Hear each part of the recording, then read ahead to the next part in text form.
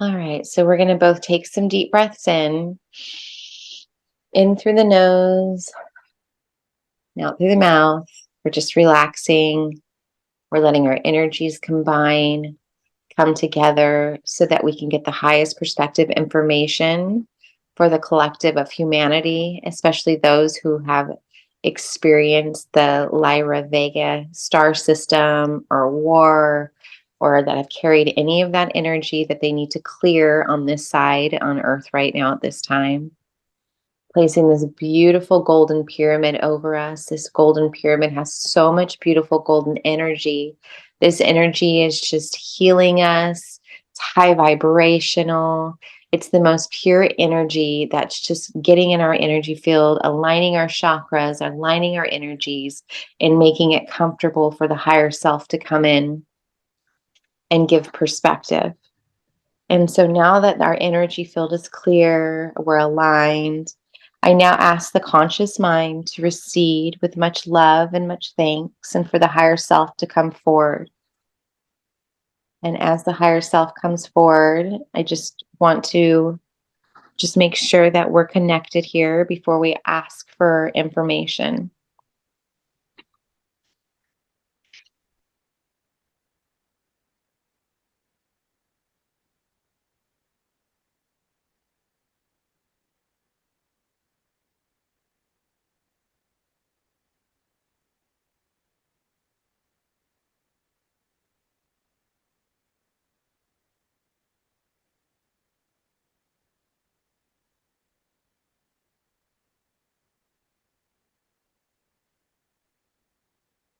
I am here.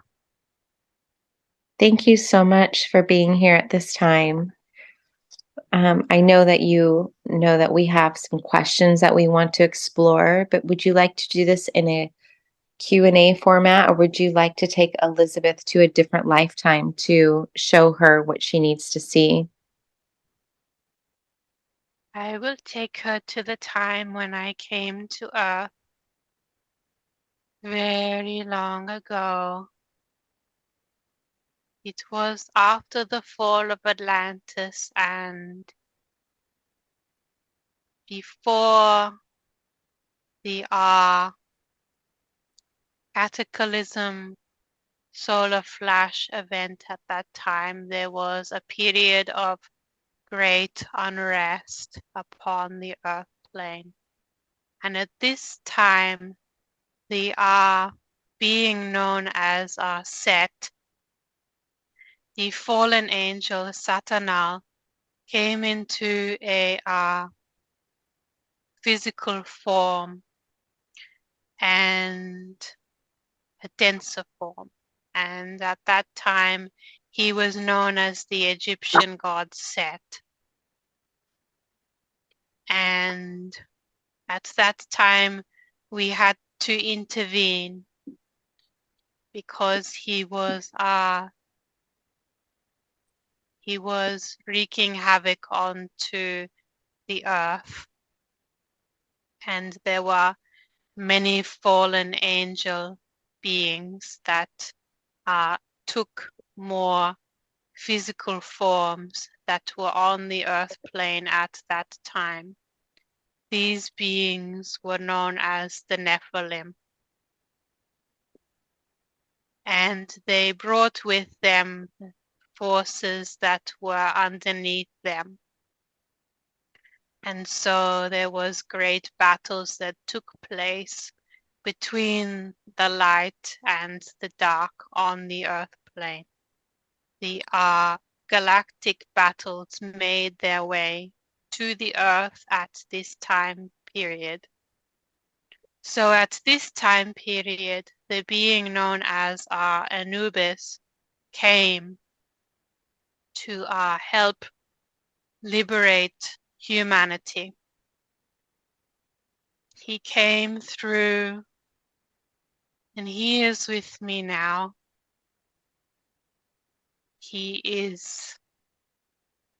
This being is very dear to me, and he connects in with my heart. And so he is providing his perspective to me. So he is telling me that on his world he received notification, the assignment, and I'm seeing that it was one of the Lyran colonies that he was living on, and he was one of these beings with the black hair and the big dark eyes that she speaks of, this race. I'm hearing that he calls them the Alucard race. This is the name of their people. So these people decided to assist with the liberation of Earth because at this time they had much success with the military operations in their colonies. But before he came to Earth, there was an attack, and many of his people, they were deceased. So the beings that were left, some of them decided to come to Earth anyway in order to help. He felt a calling, he says, to come there, even though he only had a few other of his kind with him. He felt a calling that it was his destiny to assist in this conflict. And so he came, and this was when he came during the beginning time when we, the Elohim, weren't there in our full force, but there were some other Elohim beings there at the time, namely the ones that are Isis and Osiris, and they were helping Earth at the time. We came later on when there was a bigger emergency. So he came in this earlier period.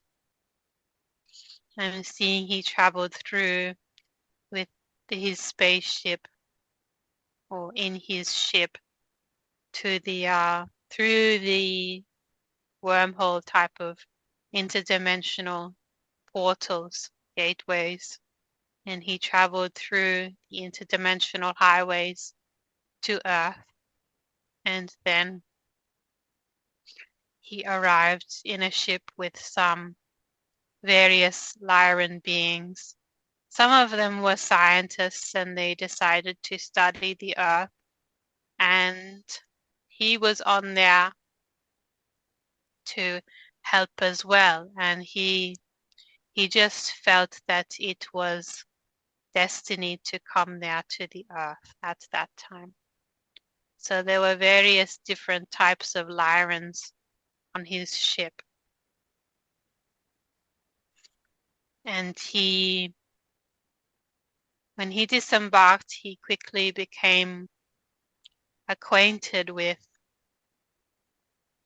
I'm seeing he became acquainted with some of the Elohim beings as well. He became a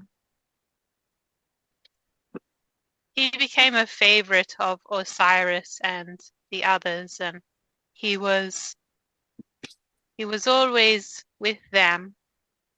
There were many extraterrestrials on the Earth at this time, and there was the conflict with Set, which was continuing. This was a continuing thing that was happening, that was taking place.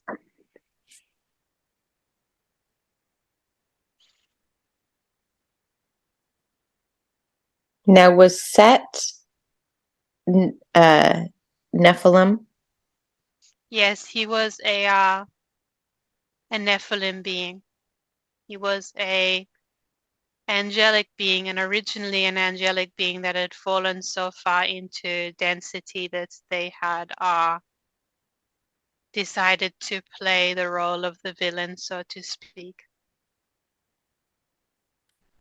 And was the conflict that Anubis came from, was that the previous conflict that we explored in session where there were lights in the sky? Yes, yes. This happened much, much later on, however, and his kind had genetically modified themselves to be taller and stronger at that point. But always, this was an early part of the conflict. Later on is much, much later on is when Anubis comes into the picture and he incarnated into a body. I'm seeing he was, in fact, grown in one of these vats as well.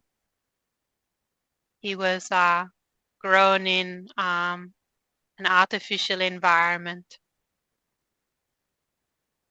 but he had the genetic stock that they used to create Anubis was he had some royalty in him.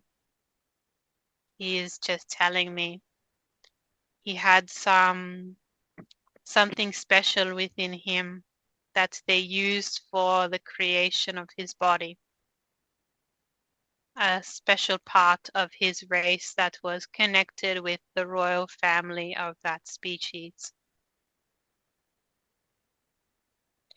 Were all of the beings that were a part of that colony of that what Anubis was a part of, the uh, Alakok race, were they all grown in a lab or artificially? Some were grown in a lab. Most of them were grown in a lab.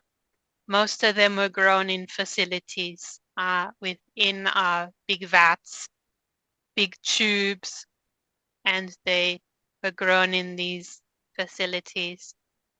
And the members, the immediate members of the royal families, and the certain members of the society did produce children in the normal way. However, most beings from the Alucard were grown artificially. And why is that? Were they not able to really reproduce anymore, or was there another reason? It's not that they were not able to reproduce, it's just that they were uh, heavily dependent on technology at that point and altering their bodies to the next generation to become better, bigger, more psychic. It was easier for them to genetically modify the body and create designer babies, but at the point that we're talking about, the when they come out of the vats, when they come out of the tubes, they are fully grown men and women. They speed up the gestation process so that they emerge as adults. Here on Earth, we do a lot of skin to skin imprinting to create that bond and connection when a baby is born, and it creates more of a spiritual connection by not having that skin to skin. Does that change the makeup of the being?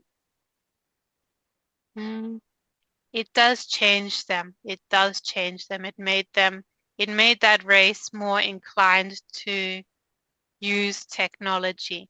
However, they also were quite psychic with each other and could read each other's thoughts. So it was not I'm just seeing that it was not always necessary to touch the skin of each other, because the scientists in these facilities were constantly coming into the room and interfacing with the consciousness of the ones in the tanks. They did this to me when I was a being of this race. The scientists would come in and they would show me things and share with me. So the scientists become quite like the mothers of this race. They are very motherly, and they choose the female scientists in these facilities to play the mother role to these beings in the tanks. That's very phenomenal. And it makes sense that the more we use our telepathy and dream sharing, the less need we'll have for physical contact. That it's more or less because we're not using these things on the 3D world that we need that physical contact, like that touch. Yes, they are indeed very, very psychic, and they improved this within their race substantially. They turned those genes right up and made themselves more and more psychic. Beautiful. Now, as we're there, and Anubis came with the ship, the fleet of other beings to come help humanity or help Earth during the time of Atlantis. Now, take us to an important scene or information or day that you want to share with us that can help us. Well, he is just showing me that the time that Set took over completely and killed Osiris, and he was the pharaoh at the time, the Elohim Osiris. And then they're having to flee, and he fends some of them off. And there are reptilians here. There are reptilians coming into the temples, coming into all of the sacred places. There's a lot of extraterrestrials and humans running away and screaming. And Set is behind this. He came in and killed Osiris earlier. And then Isis gathered his parts to regenerate his physical body once again. And then they fled. But Anubis was there he was trying to fight for some time and in battle with these reptilian beings. He was a warrior, but also very much a mage as well, a very, very psychic being. So he was there, and this thing he wears armor, and he's very, very quick, and he fights them off, but there are too many of them, so he just sort of fends them off until some other extraterrestrial beings that he's protecting can escape. And they make their way into these ships, and they escape, and they go to what you would call Jerusalem today. They go to this mountain area that has an underground sort of facility that's been hollowed out, and the extraterrestrials that escape, they disembark, and then they go into the underground of Jerusalem.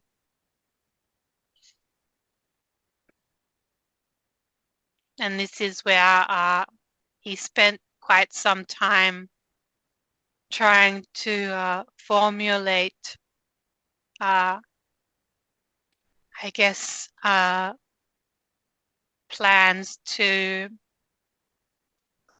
help take back Egypt as well. And many of the beings that left, the extraterrestrials that left at that time, they sought refuge in there, and they continued on with plans of trying to take back Egypt.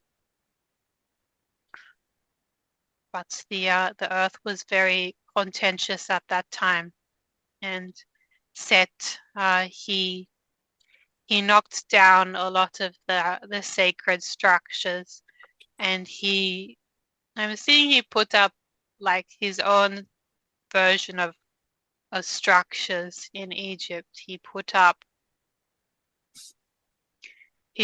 this big black obelisk that was charged with very, very dark, destructive energy. This big black obelisk. And everyone was not happy about this, obviously. It was using the Earth grid in a very offensive manner, offensive to the planet. And it was like a obelisk that, instead of contributing and giving love and power back to the Earth grid, it actually was a vampire obelisk that sucked energy out of the heart of the Earth. So he was doing all of these things, and he knew the ancient magic and how to invert it. So this was what he was doing. And the other extraterrestrials, they're looking around, and they can hear the screams of the planet as this is occurring, as this stuff is happening and going on. He kind of takes over all of the Middle East, and he sends the other Nephilim beings to act as like watch posts of each particular tribe that was in the areas of the earth at that time. So to take over the earth and move their armies slowly and surely over the earth. Each Nephilim being was the head of these armies, and there was reptilian beings and other extraterrestrial beings underneath them at that time, as well as humans that were just enslaved and confused and didn't know what else to do, that became part of these armies. So they went around and captured various groups of people existing in the Middle East at that time and around other areas of the world, including Europe. And I'm seeing, also in the areas where there were Atlantis colonies were very much targeted. And Thoth, he moved to Jerusalem as well. He escaped with Anubis and the others. And so this was the base of the light extraterrestrials and the light side at that time was Jerusalem.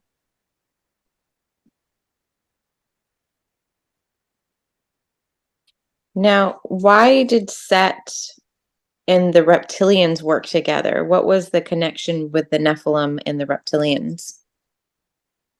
The Draco and the reptilians underneath them, they were just they're just the tip of the iceberg, really. They are beholden to the AI overlord and the demonic entities. And then those beings they answer to the Nephilim.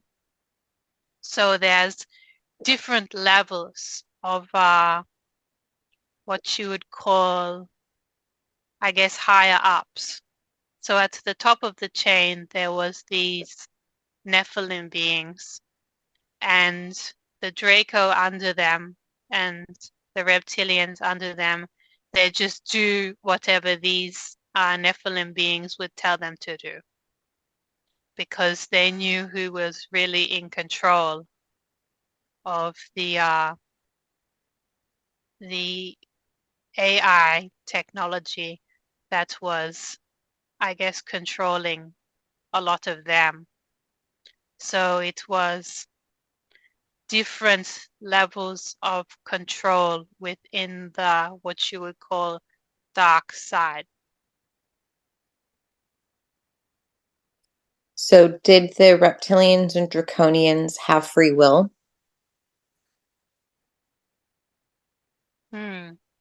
This is a difficult question because from the grand perspective, they do, but from this perspective, at this point, they were enslaved. So they experienced enslavement. Their souls at the higher level could have chosen to experience enslavement in this experience, but on the middle level, you would perceive this as being enslaved. And why did Set want to come and cause the chaos and have the destruction and take over at this time? Like, what was there must have been something that Set was wanting to accomplish. He was invited into this world by the Atlanteans. He was invited in when they opened the first CERN portal, and that is when he came in. The Atlanteans were busy astral traveling, and they came across this being. And this being, he was offering them various things if they were to let him into this world. He was, if you've ever heard about, I guess, people who so-called sell their soul to Satan, but they don't really. He just puts them under a contract. He's very, very tricky. So this is a very, very dangerous being. And at that time, the Atlanteans of the Dark Brotherhood were astral traveling to these different places within the universe. And they came across this one and discovered that he was very powerful, in fact. And he offered them that if he comes to their world, that he would do great things for Atlantis. He would help Atlantis take over the whole world and help their civilization become so great, unlike anything that they'd had ever seen before, and that they would all be kings, great kings. And the Dark Brotherhood, they were very excited by this. And so they decided to begin work on the project. And as they were astral traveling and seeing Set, he provided them instructions on how to go about with this portal. And the other Nephilim that they traveled to were also providing instructions. So they were visiting them astrally so that they could come into this world in a more physical sense at that time. And so It is all a concept of free will.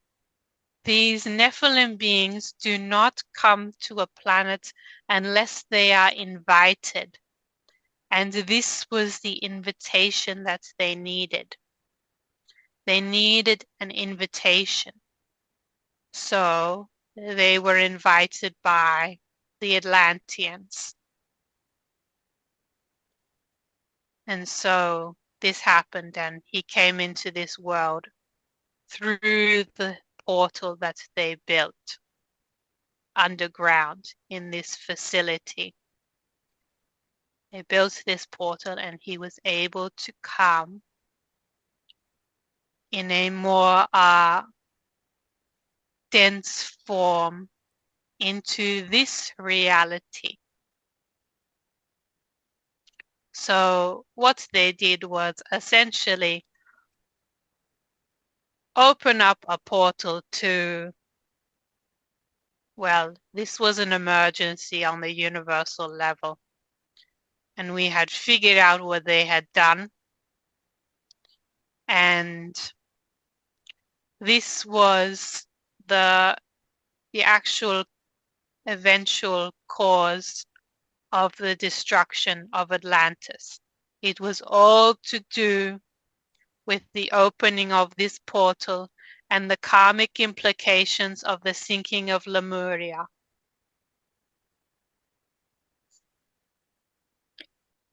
Is this what you're referencing? What is inscribed in the emerald tablets?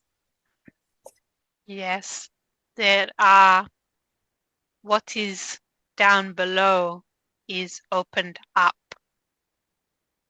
The below world,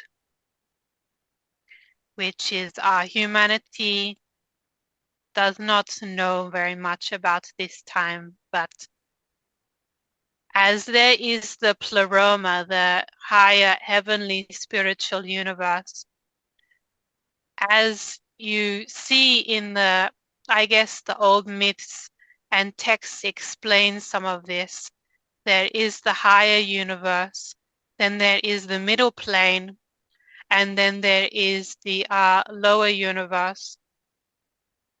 And this is also talked about in these planes of existence are talked about in occult literature, like the Kabbalah and ones like this. The Kabbalah, that is the correct term. So you can research about this in the literature on the Kabbalah, these planes of existence.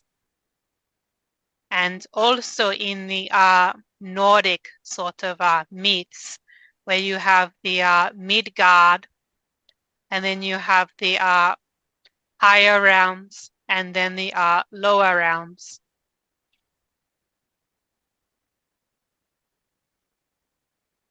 Why was Lemuria affected karmically? Why did that have to be destroyed as well? This was done by the Atlanteans, and this was a part of the grand universal conflict that was happening for many, many eons before. It was the two forces of the masculine dominating energy against this feminine energy. And this was playing out on the earth plane at that time. So it was a continuation of these forces of energy that have been playing out in conflict against each other in the universal sense for quite some time. And then these energies just made their way to Earth. Thank you. So everyone escaped, and we're planning to take back Egypt, and Set was basically overruling. He's ruling the whole Middle East, what happens next? Why is this lifetime so significant? What can we see of what happens next? What happens next is that the positive extraterrestrials and Elohim are trying to take back Egypt continuously. They try again and again and again, various times, to take back Egypt, and the conflicts were very bloody, and they did have light extraterrestrial forces with them that were helping them to do this, to liberate the earth. The Pleiadians came at this time too, to help liberate the earth. But it was no good because the presence of the Nephilim, they annihilated their ships every time that there was a call for help. These extraterrestrial ships were annihilated by the Nephilim, and I'm seeing they had some incredible powers. They were very godlike, in a sense. They were very, very dangerous beings that could manipulate reality. A little bit like the remembrance, I guess, in the modern times would be something of the Marvel movies, where you have the characters like Thanos and the dark character out of Guardians of the Galaxy, and they have these godlike abilities. And human beings remember these dark beings with these abilities and what sort of troubles it caused for the Earth plane. But this is just playing out in the movies today. So the light side was being eliminated every time, and they were running out of options. So that is when they made the call for the beings from the Pleroma, the other Elohim beings. The Elohim on Earth made the call to the other Elohim beings and archangels to step down, and we had to be, in order to come in on a greater scale, we had to be invited by many of the beings that were on the earth at that time.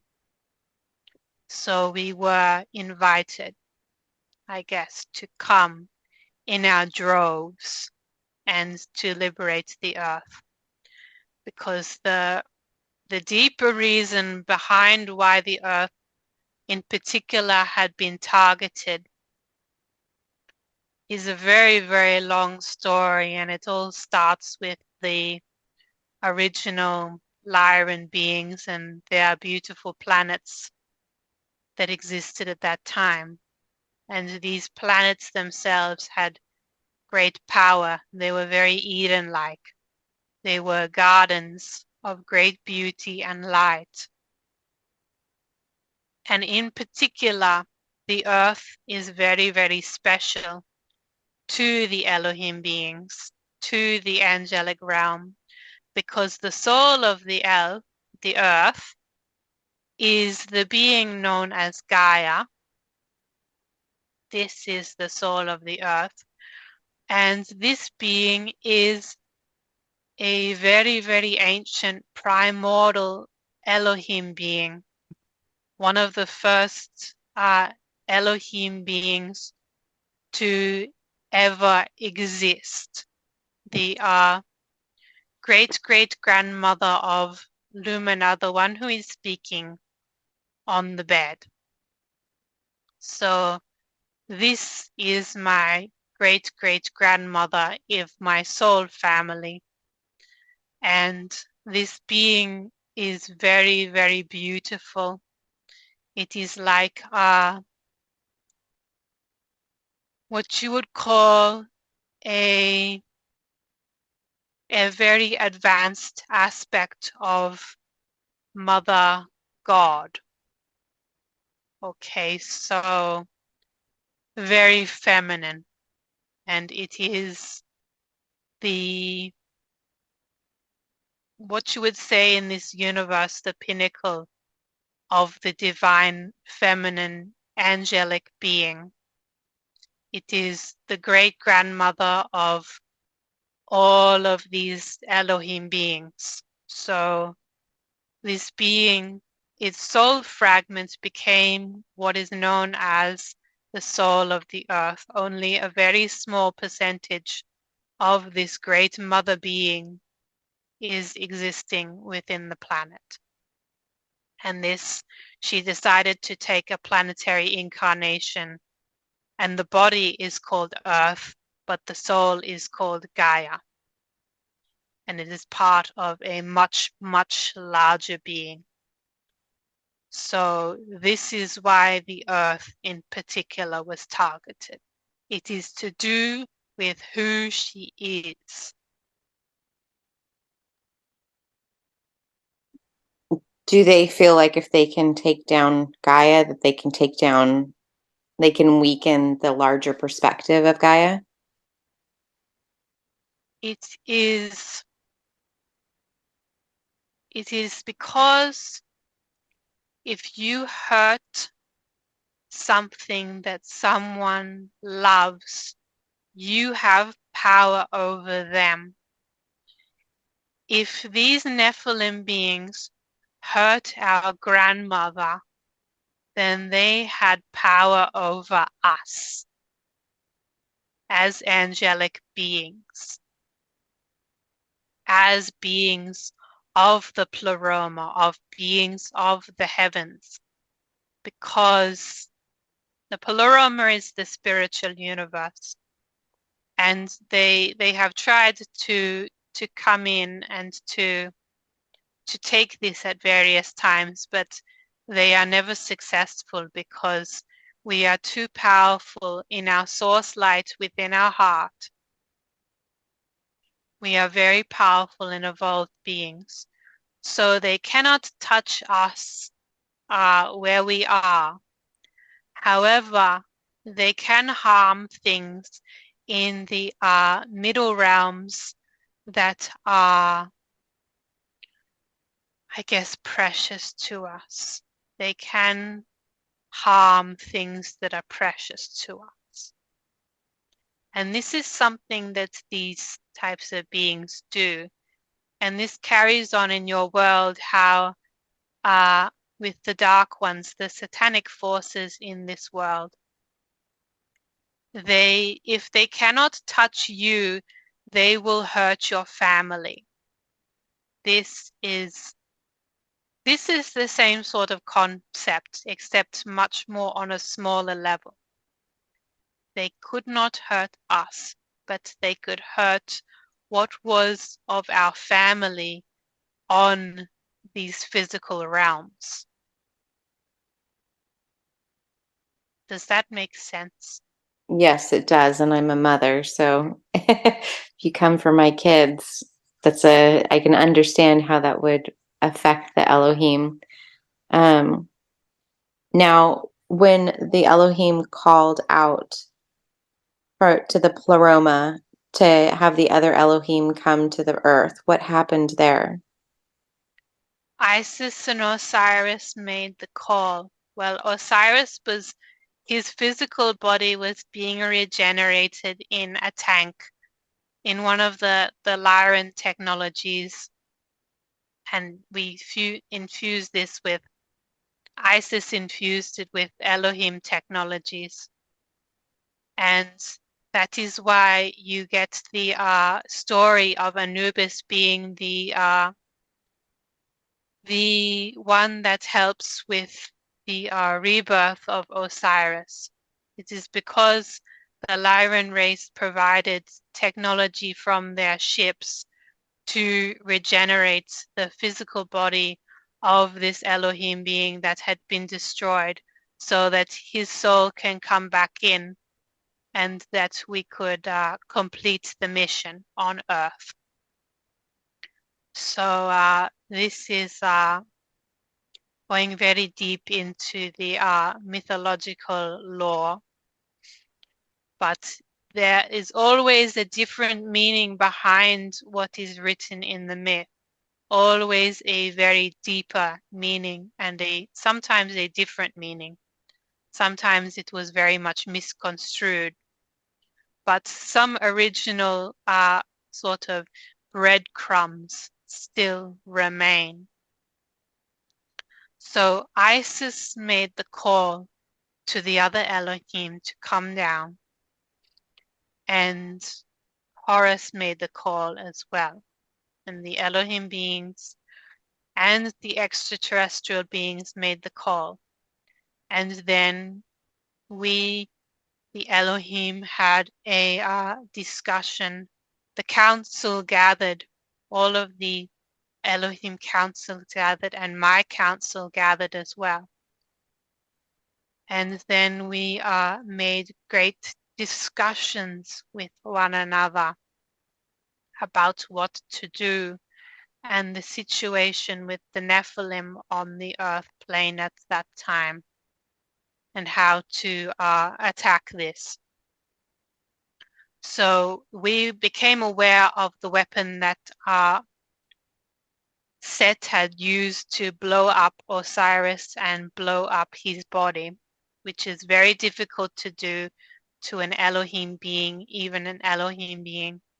In a physical body, they are very powerful, and it would be difficult to do that. So he employed a weapon to use to do this. So in order for us to come, we had to locate this weapon and then destroy it. So this was the first priority, to locate the weapon and destroy it. After that, we would come in stages. We would come in various waves and assemble beneath the earth in Jerusalem. We came at different waves at different points. I came during what you would call August, around this Lionsgate sort of period at that time. And I came with Apollo. And we manifested physical bodies for ourselves once we arrived. We simply materialized a body for ourselves. And then we began to get to work we met up with Isis and Horus and the other extraterrestrial beings. And I'm seeing that this was where I met Anubis for the first time. It was in this underground situation, these tunnels under the earth. And we were making our plans. The dark forces were on the surface at that time. And we were coming in our waves and regrouping underground. And so we started to make decisions and call many meetings. And there were great halls underground that I'm seeing that were built out of the bedrock. And we filled these halls, the Elohim beings and the extraterrestrial beings. And we all had different representatives. The Arcturians had their representative. The Pleiadians had their representatives. There was all of these different forces gathered to speak about what we were going to take part in next, what we were going to do. and how we were going to approach this very tenuous situation, because this was what you would call an emergency situation, and we had to come down from the pleroma to assist with this.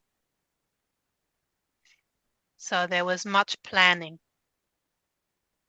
And I didn't have much to do with Anubis during this planning stage. Didn't have much to do with him. I was very much in the presence of Horus and the council.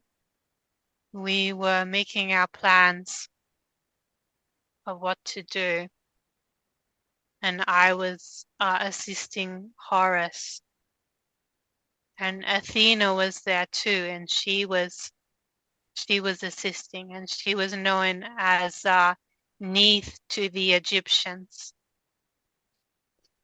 and she was assisting too with this.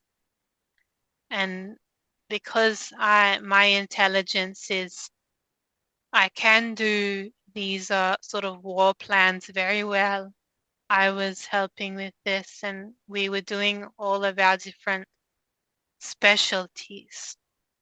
But the Elohim beings, and we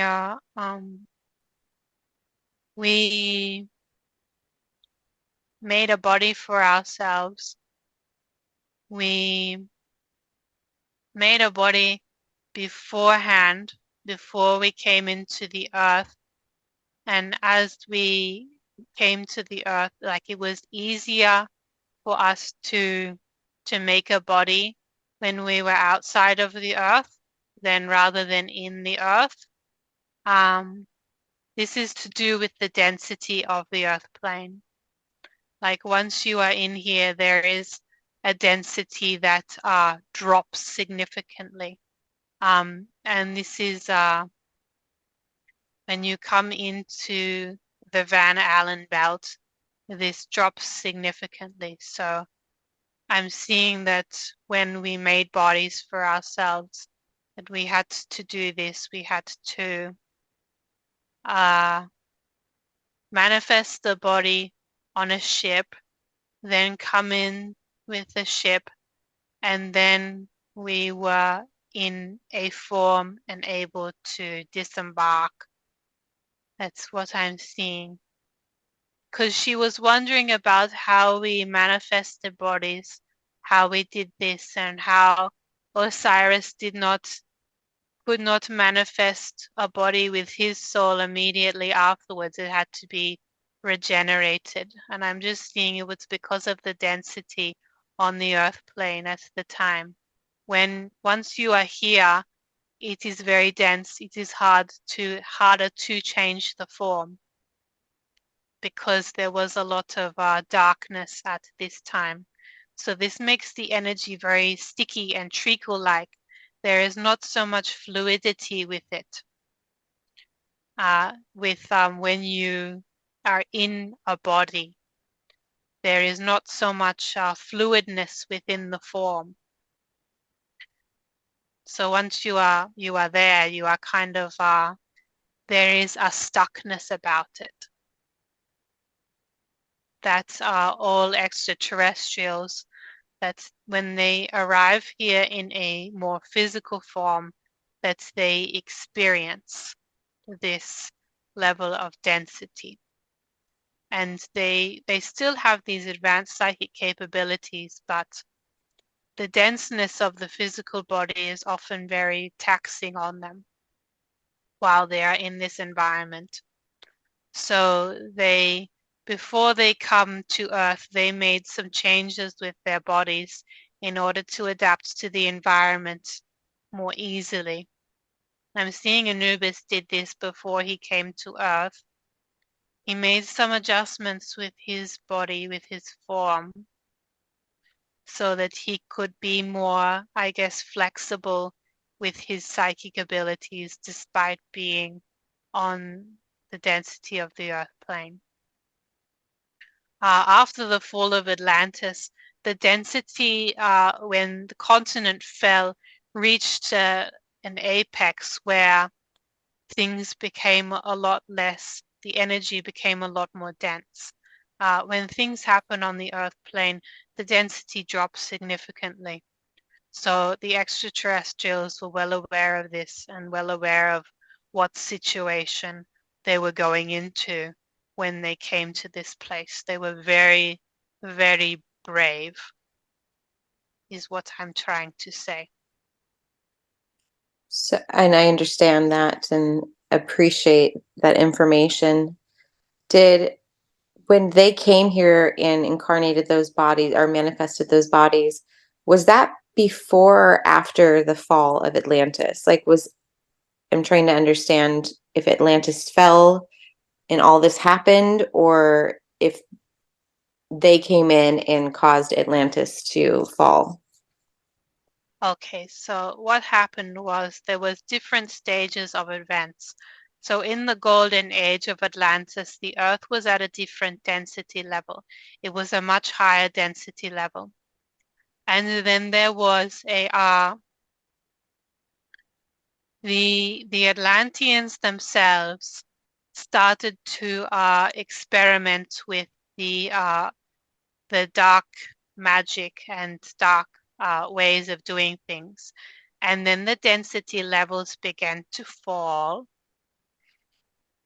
But I'm seeing that this was already seeded in the earth, these energies from long before. There was already some of these energies present. They just needed to be focused upon in order to make it bigger, so to say.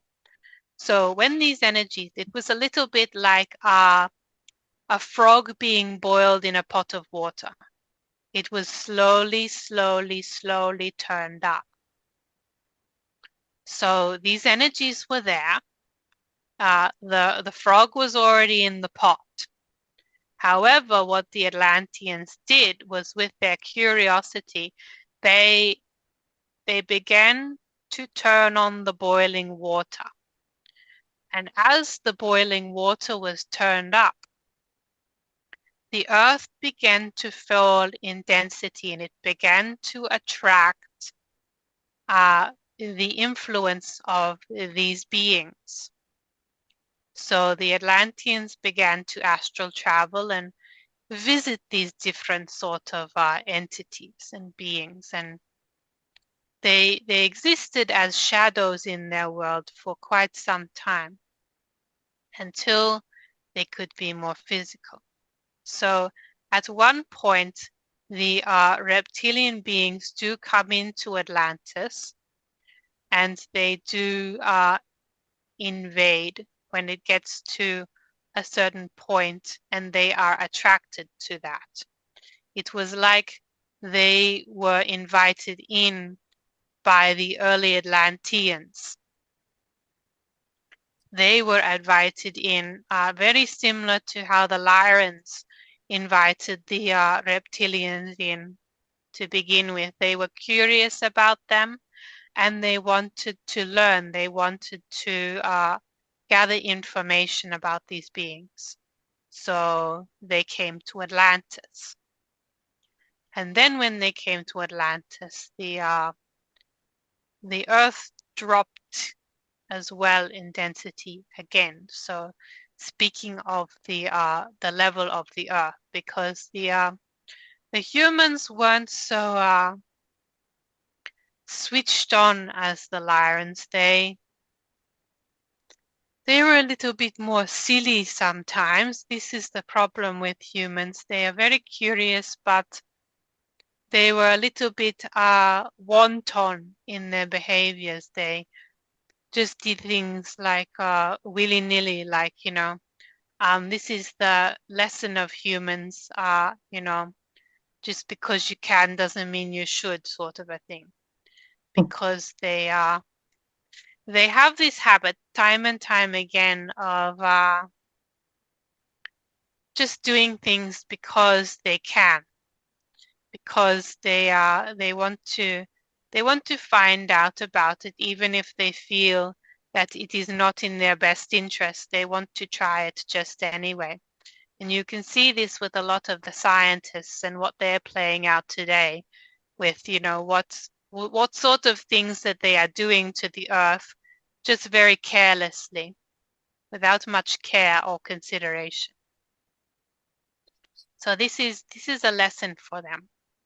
So this is what was happening. So they invited them in through their demeanor. It was destined to be something that was going to happen. Destined to meet each other as well.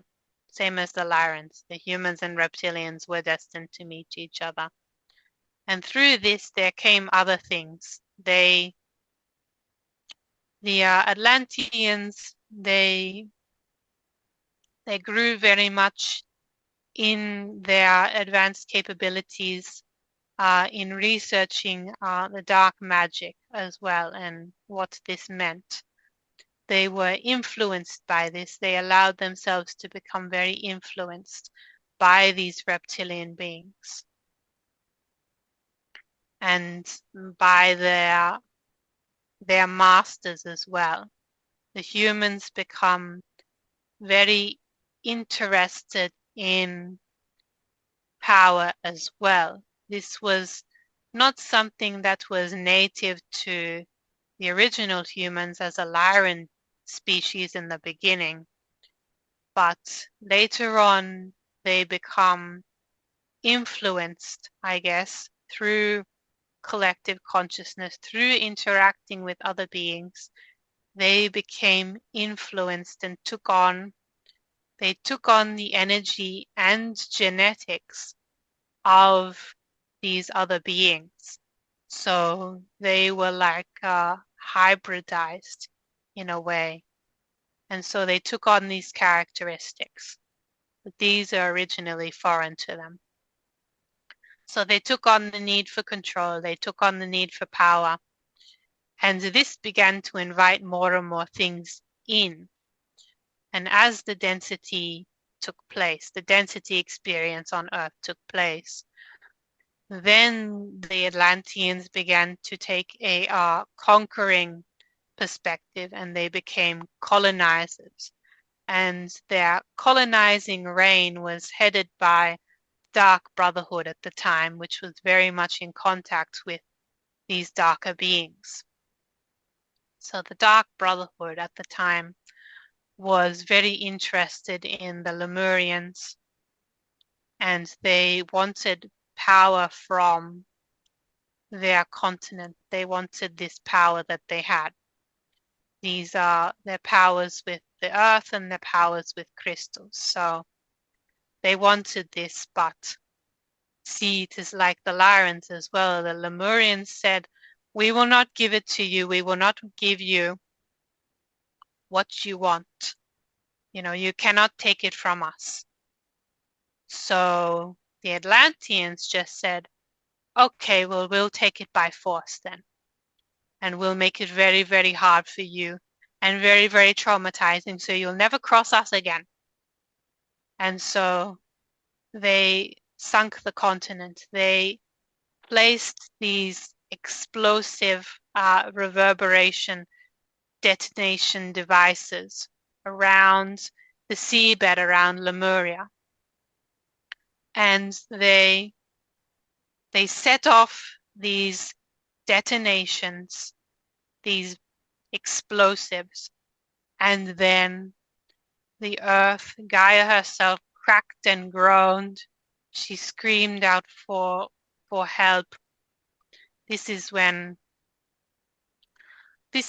we became aware that something was going on, when this was occurring. Well, we had eyes everywhere, but our attention was drawn to what was taking place even more during this time.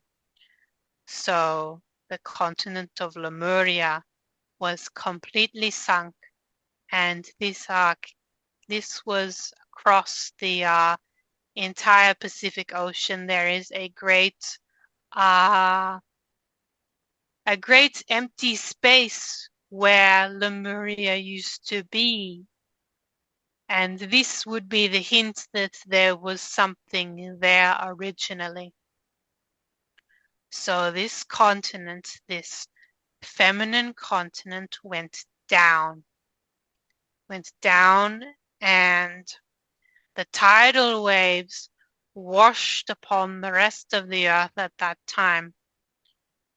And the peoples, this was a very big cataclysm event for the earth. I don't think people realize how cataclysmic it was. The Atlanteans, they put up a shield around their continents and around some of their colonies so they would not be affected by this as much. But as for the other peoples on the earth, they just allowed these peoples to be swallowed up by the waves, by the tidal waves that washed over the outskirts of the Pacific Ocean at this time. So we're talking about early Australia and Japan and Asia and whatnot, and and parts of America and South America. And there was a big tidal wave that washed over at this time. So even if this is why you get memories of great floods happening at different points in the Earth period. All of these different flood myths. There were multiple floods. One of them was when Lemuria sunk. Another of the great flooding events was when Atlantis sunk. There were these tidal waves in these certain areas. And then there was another sort of flooding event when there was the solar flash much later on. So this is where all of these flood myths originate, from this time period. So after that sunk, the collective consciousness of humanity was very, very much scarred from this time. And Atlantis had a heavy karmic load that was, I guess, weighing on them heavily at this time. So after the sinking, this was when things really started to go downhill. And around about this time was when they also opened up the portal and let the Nephilim in. Open up the first iteration of what you would call CERN on this earth. And so this is how this took place. And that's when Set was let in. And so we'll take it to when the Elohim and everyone's kind of joining forces. They have their avatar bodies here incarnated, and they're ready to come together for a decision of how to deal with that. What do they do? Well, we set out a challenge to Set, that we were going to have another battle with him. And he had beat the positive extraterrestrials many, many times. So he was like, this is just a piece of cake. You know, he thought it was quite funny that they were issuing him a challenge to him again. He thought it was quite ballsy of them to keep going with this despite all of their losses. He thought it was going to be a piece of cake, but what he didn't realize was that we had destroyed his weapon that he could use to hurt Elohim beings with in physical bodies. And in destroying this weapon, he had no defense against us. He had no real defense against us. We snuck in and it was destroyed. And then he and his Draco henchmen had no defense against this. And once he found out that the weapon was gone, the weapon was destroyed, he flew into a rage and he slaughtered some of the Draco underneath him that were meant to be keeping an eye on this weapon. flew into a rage with this one. And so they had a contentious relationship. He had a contentious relationship with the Draco. He was very much just using them to get things done. Like those cartoons that you used to watch when you were a child, where there is the Dark Lord and then he has his stupid henchmen. And they say, oh, yes, boss, whatever you need, boss. This is like the memory within humanity, these sort of TV shows of this time. So he had some henchmen underneath him that were doing various things, and he liked to boss them around. He took great pleasure in taking over different colonies on the earth, the Atlantean colonies, and bossing people around. And he worked with the Dark Brotherhood as well in Atlantis. He was very much a part of the Dark Brotherhood at that time. So he worked with the humans. He knew the humans of the Dark Brotherhood, but the Dark Brotherhood they were not on his level. They did not even want to look him in the eye. They were very much his minion as well, and he made them very sure of that. He made them very aware of that he was the boss and he was the one in control. He was the powerful one. And he could do various things to them to make that known. I'm seeing that across the earth plane, in order to prove his power. If one of the humans challenged him, he would raise their body, levitate their body from the floor, and then he would cut into it and slice it open just with psychic energies. And they would be left dead, and the other humans around them would be very horrified. So they quickly knew not to mess with this being and what he did. They quickly knew that this being had capabilities and powers beyond their comprehension and knowledge, and not to mess with him. So they were very much afraid of these Nephilim beings and what they could do. They had a iron grip on the earth at that time. And they took many of the earth's tribes and just took them as part of their armies as well. And they took women from the earth as well, and created sort of control mechanisms where they would have, this is a very dark point on the earth plane, I'm sorry to talk about this, but they were creating harems of females for them to just do whatever they liked with them. So it was very, very dark and controlling. And a lot of humanity has blocked this off, blocked this out of their memories of what was happening at the time. But there are some now that are remembering Set and his reign of terror upon the earth at this time. So what they did was destroy the weapon, and then they issued him a challenge, and it was going to be a big battle, and he took all of his forces, his many armies, like humans and Draco and reptilian beings. And he was just expecting the usual. He was expecting the usual. And the Elohim kept hidden for the first couple of days of the conflict. The Elohim kept hidden. And then upon the third day of the conflict, we emerged.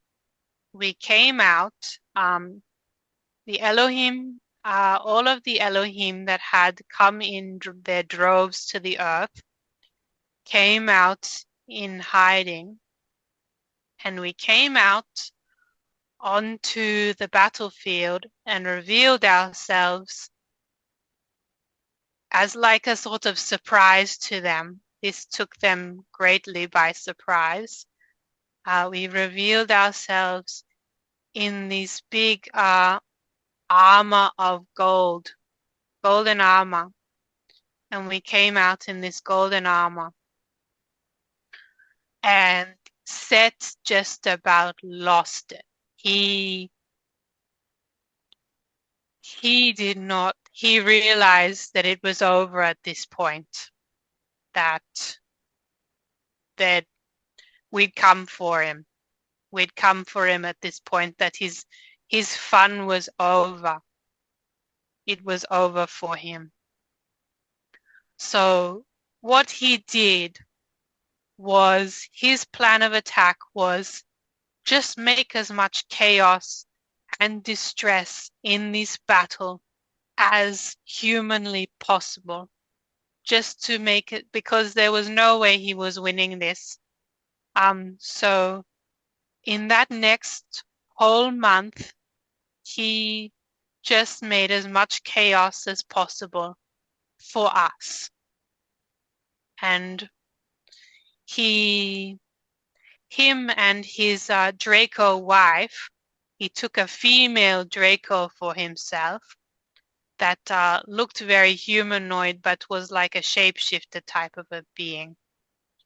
So his female had their own army, this being had its own force. And we had to take care of her as well.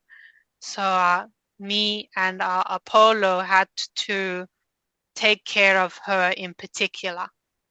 In particular, we had to zero in on her. And all of the positive extraterrestrial beings were part of this big conflict that happened on the Earth plane. And this conflict started in the Middle East, up into Israel, and then it continued. Set's forces were pushed back up into Europe as well, Eastern Europe, and then into Europe. And this conflict covered this area. And when we arrived in our armor, we basically just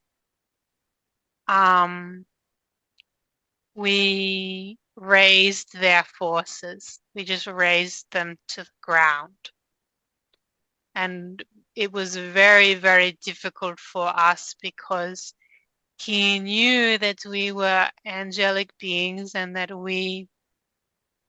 it was very difficult for us to be in a body in this dense experience in the beginning. So he couldn't hurt us exactly, but he could, because his weapon was gone, but he could make it very difficult and traumatic for us. So this is what he did. He made it traumatizing for the Elohim. In the next month, as this battle continued on, he attempted to traumatize us in various ways, just using people as a meat shield, and using even reptilian beings as a meat shield, and any beings that he could get his hands on, these forces used them as a meat shield. So it was very, very traumatic for the Elohim. I cannot understate this enough, how traumatic this was for us.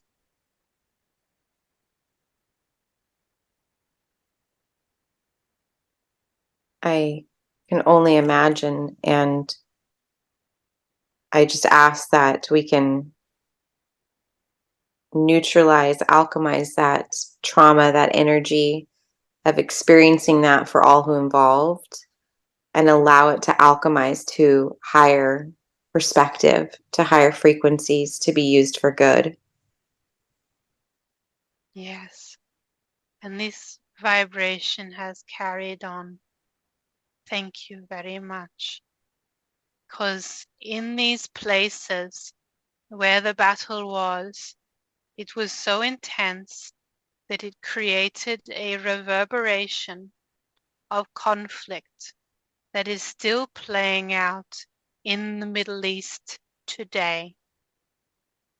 So this energy that the Elohim are sending forth, we are anchoring this peace into the earth from this time to neutralize that, because we are coming back in a big circle and we are seeing small aspects of these conflicts play out on the earth plane today.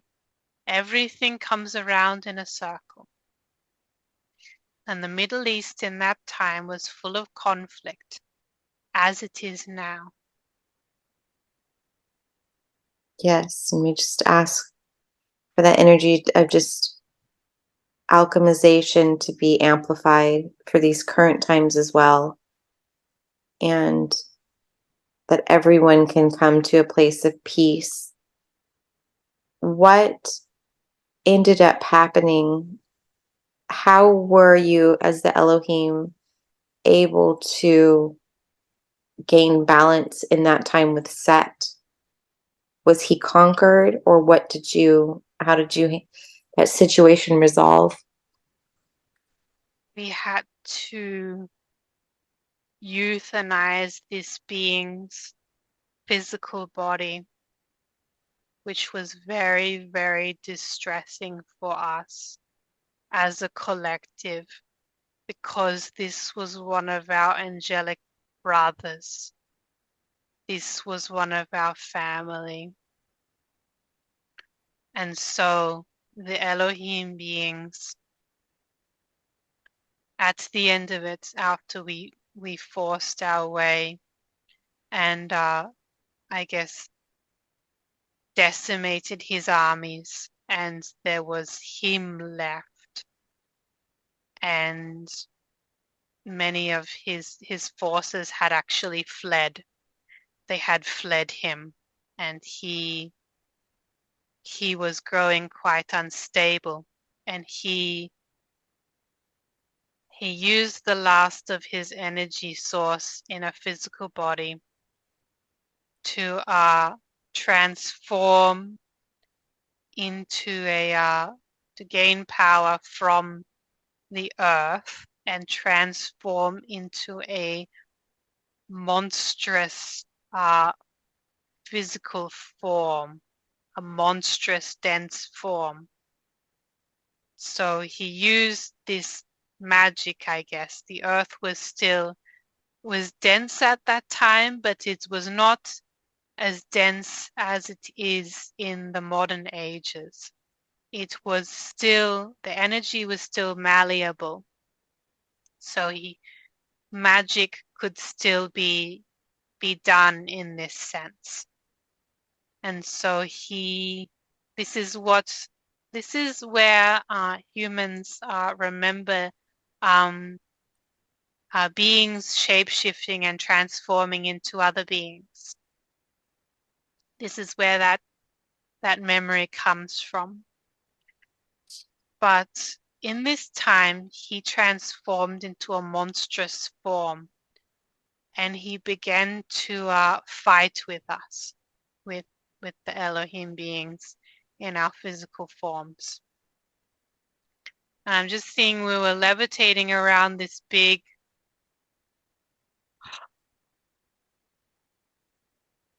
This is the very dark sort of image that he transformed into. It's this big, it looks like a big sort of donkey skull type of demonic thing, this giant It's very, very dark. This big, like a,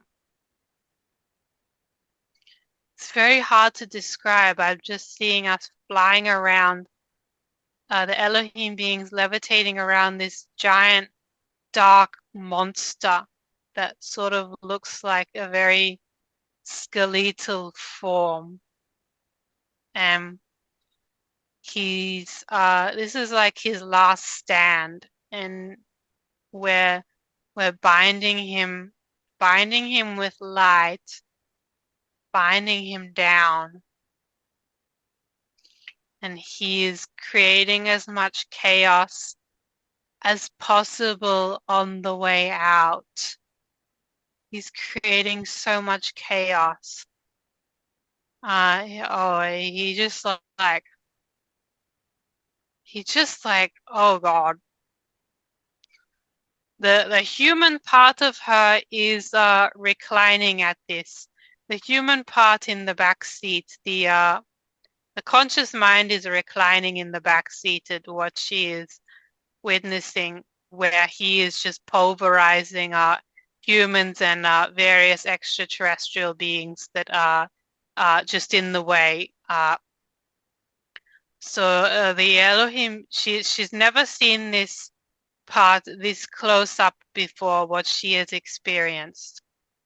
If it's too much, she can be an observer or just ask to not be shown that information. I'll let her make that decision. I will show this to her. She already knows deep down, but the conscious mind was just having some conflict with this. So Absolutely. it's important that she knows this because she was a part of this. This is very important for her to know. But what I'm showing her is just this being, and he is pulverizing anything that is in the way. This big monstrous form. And we as the Elohim beings are telling everyone, get out, get away from here, stay away, move out, evacuate the area, move out, move away, everyone move away.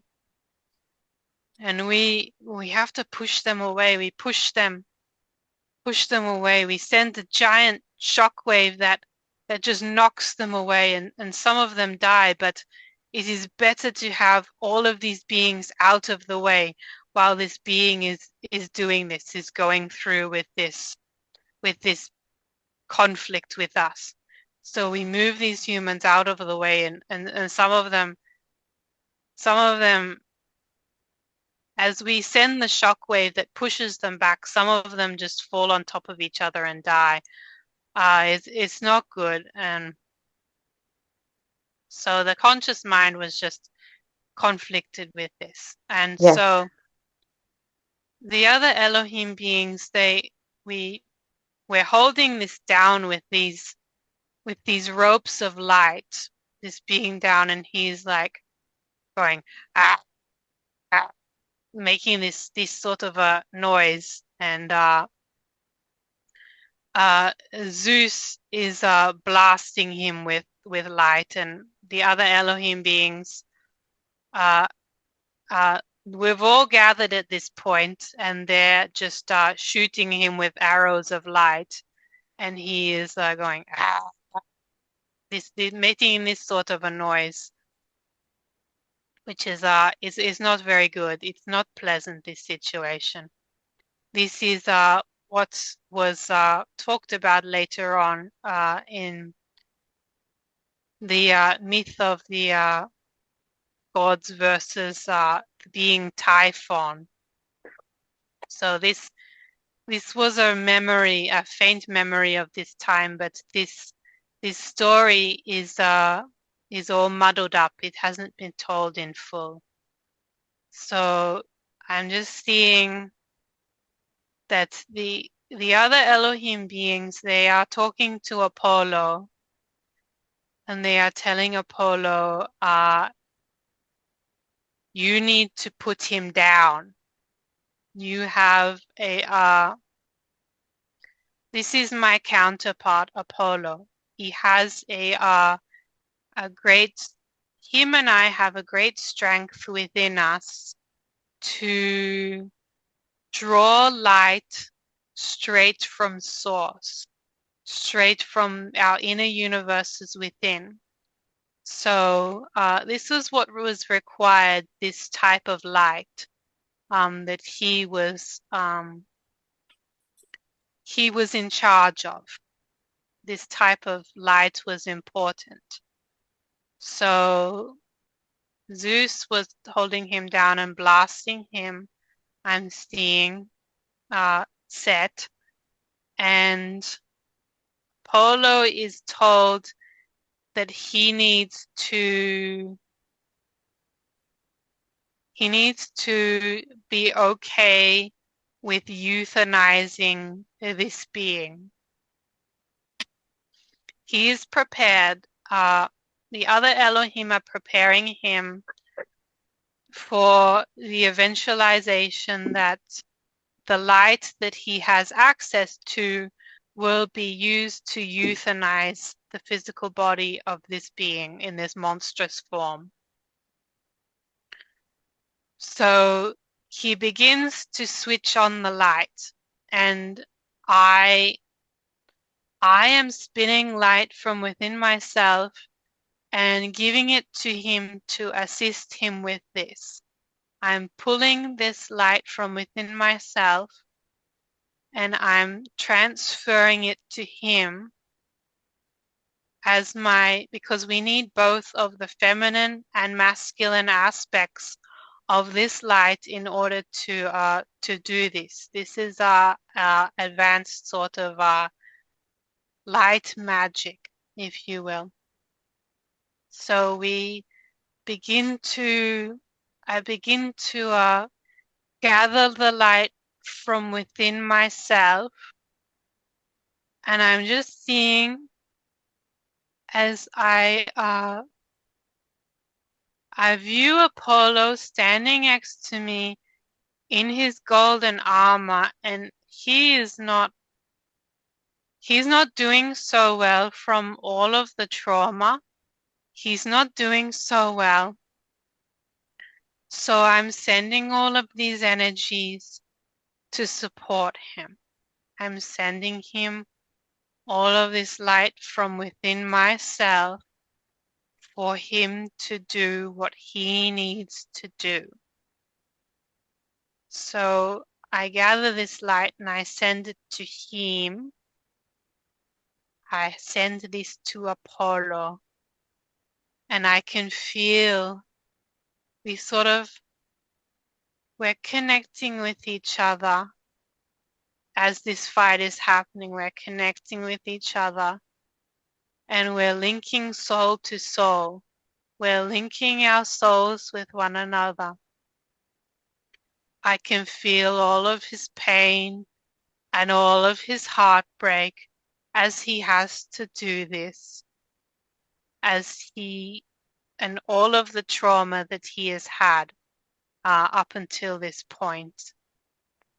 And I just feel this in my field, and tears come down from my face. And I know that it is time, that it's time to do this, that it's time to end this situation.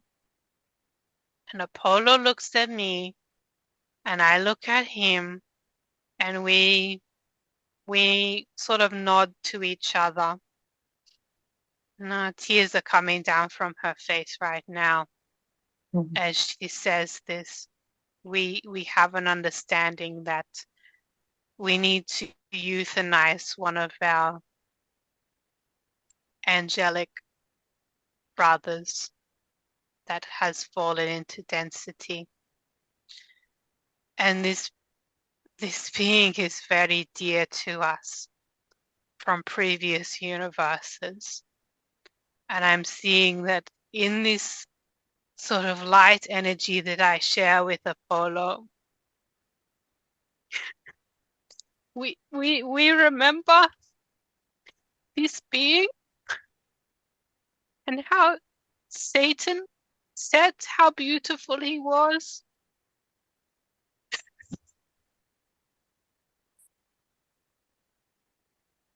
Yeah. We're very sorry for having to do this, because we spent so much time together in these universes, creating with one another as angelic beings. And just he made this choice.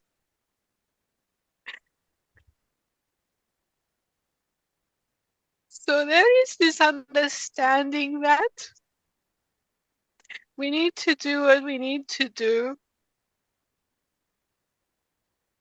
in order to help the earth, the spirit of the earth. It's very, very complicated. Yeah. On the angelic level, this goes very, very deep to our level, this conflict. So Apollo decides that he will do it. He will help to put him down. He will help to euthanize him. And so he sends out a blast of light, and this this monstrous form screams. And we tell him, our brother, do you not remember? Do you not remember us? And he's telling us that he hates us. He hates us. He hates us so much.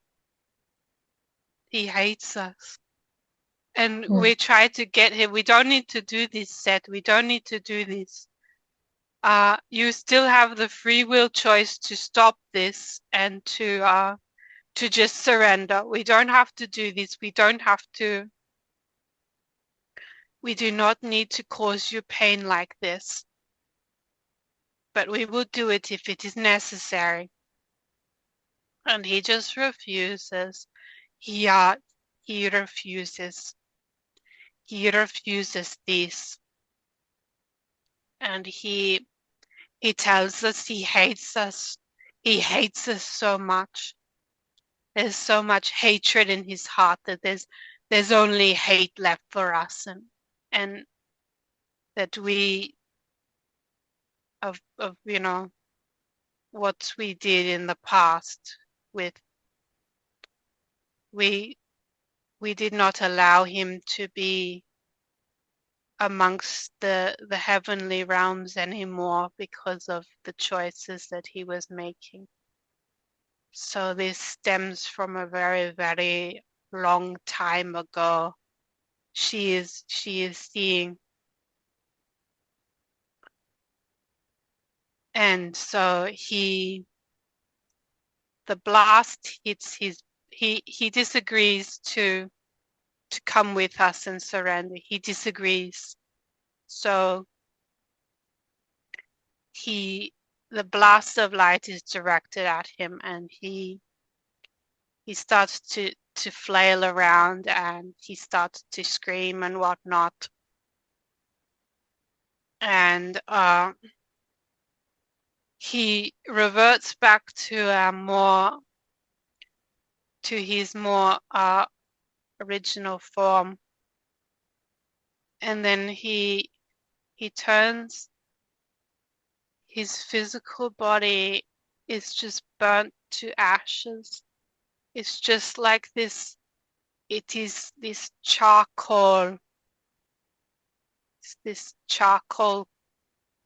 corpse of this monstrous form as Apollo disintegrates the body.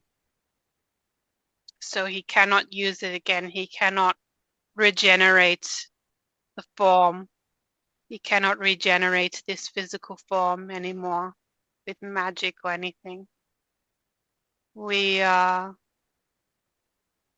It was completely turned to like ashes. I'm seeing these black bones left in this place. And Apollo, I can tell that he is not doing very good.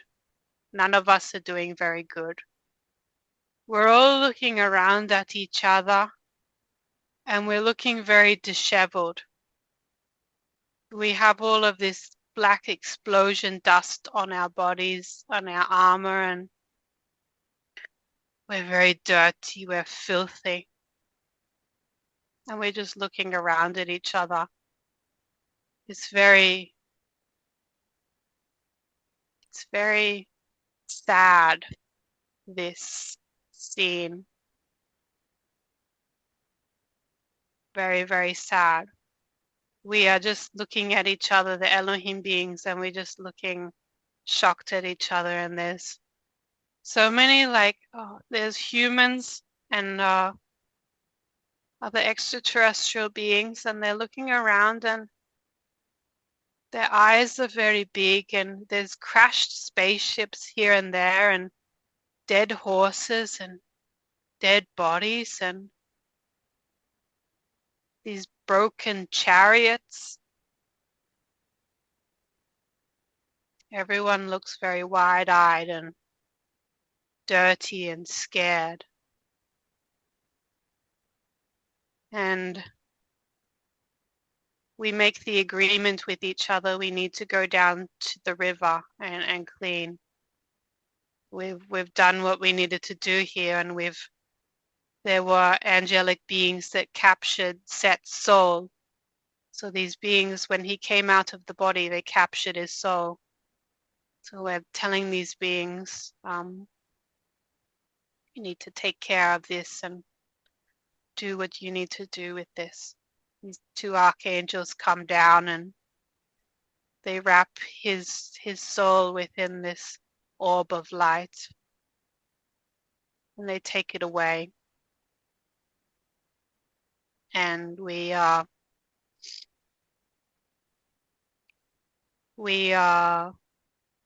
just speechless. We're just speechless. There's so much destruction.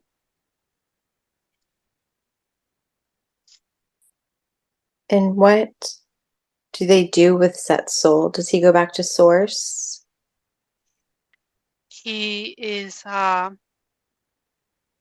seeing that they put him in this chamber of light,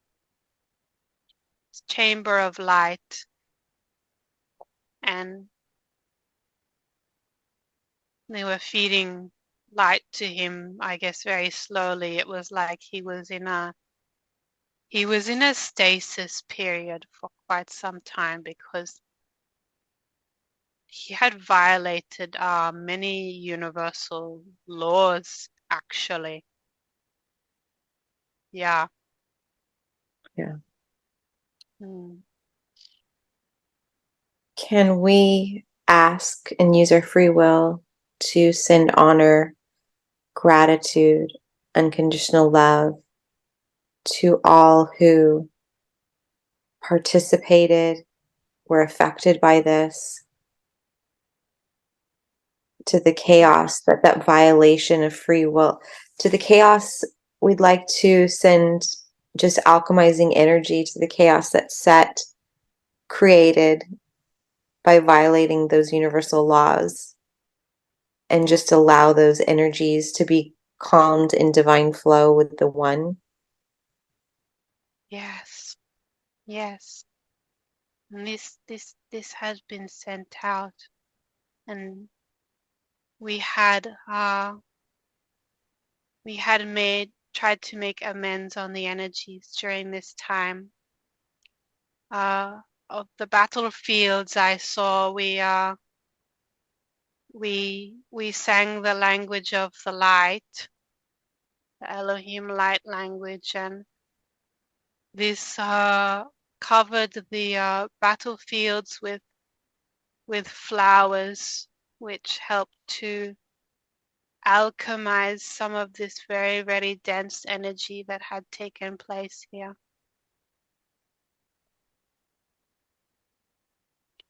So Why? Yeah, thank you. Go ahead.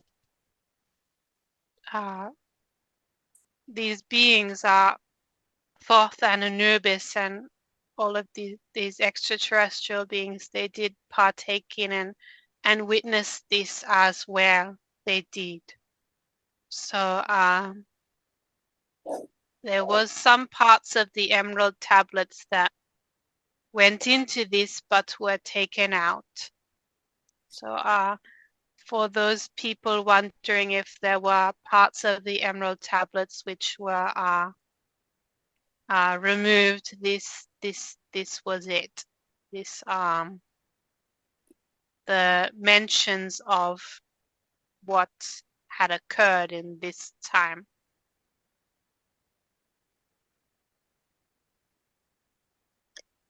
Why is, I know one thing we learn in the emerald tablets is that nothing goes away. It's just illuminated. It's put in darkness and just illuminated when the time's right, when the cycle is right.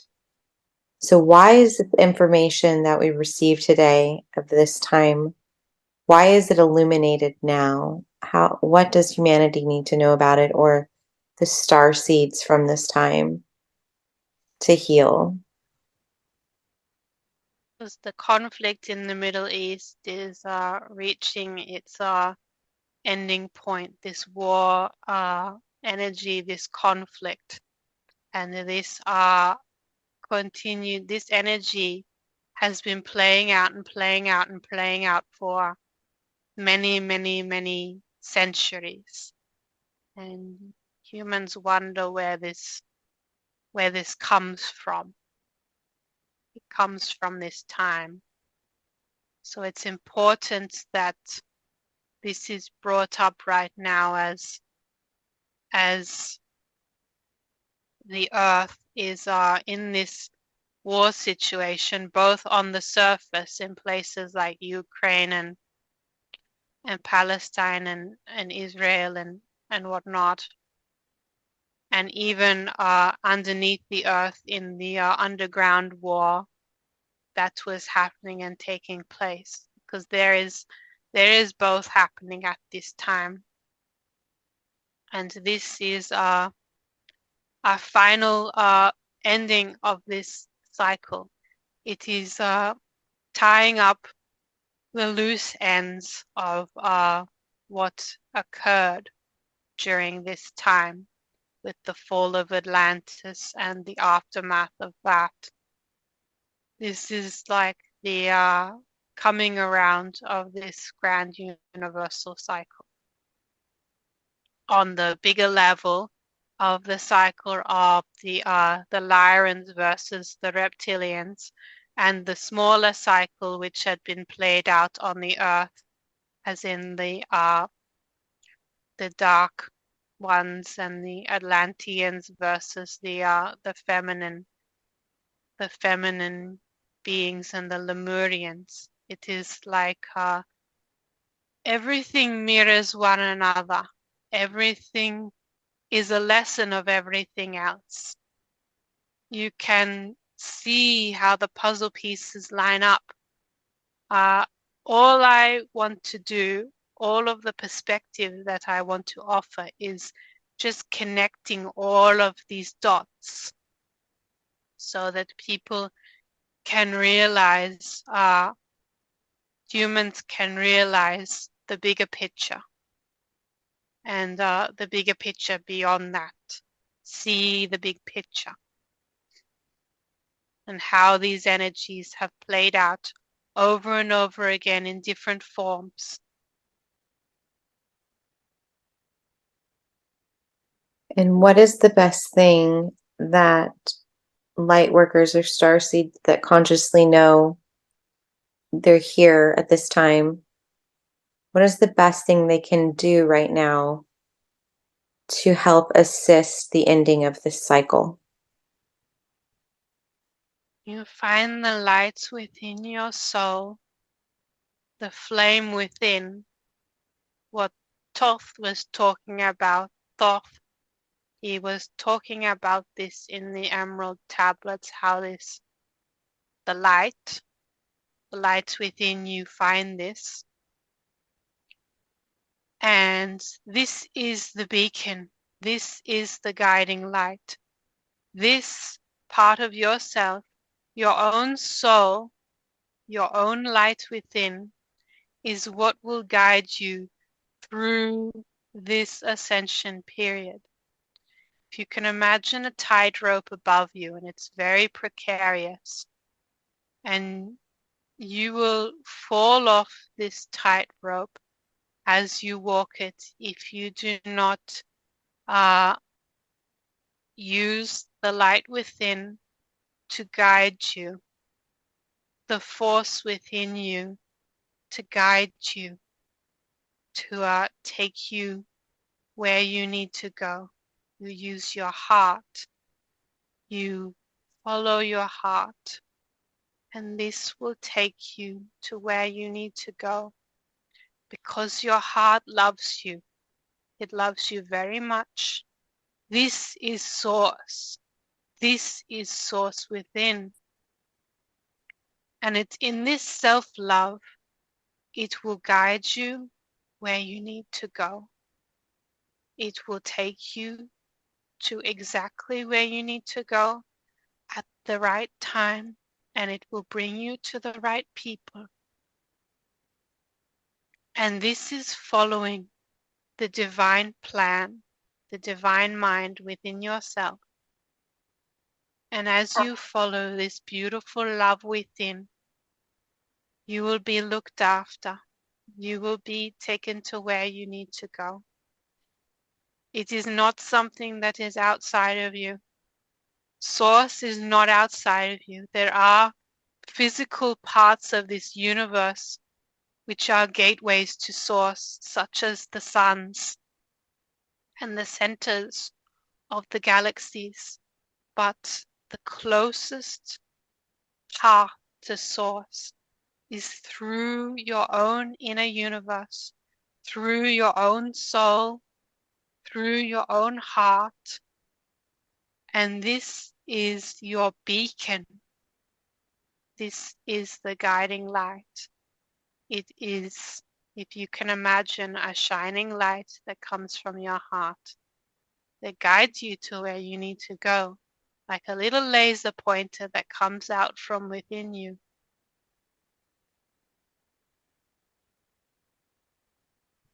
Thank you so much for this beautiful history and this beautiful understanding, even though it was hard to hear at times and we could feel the emotions of those involved.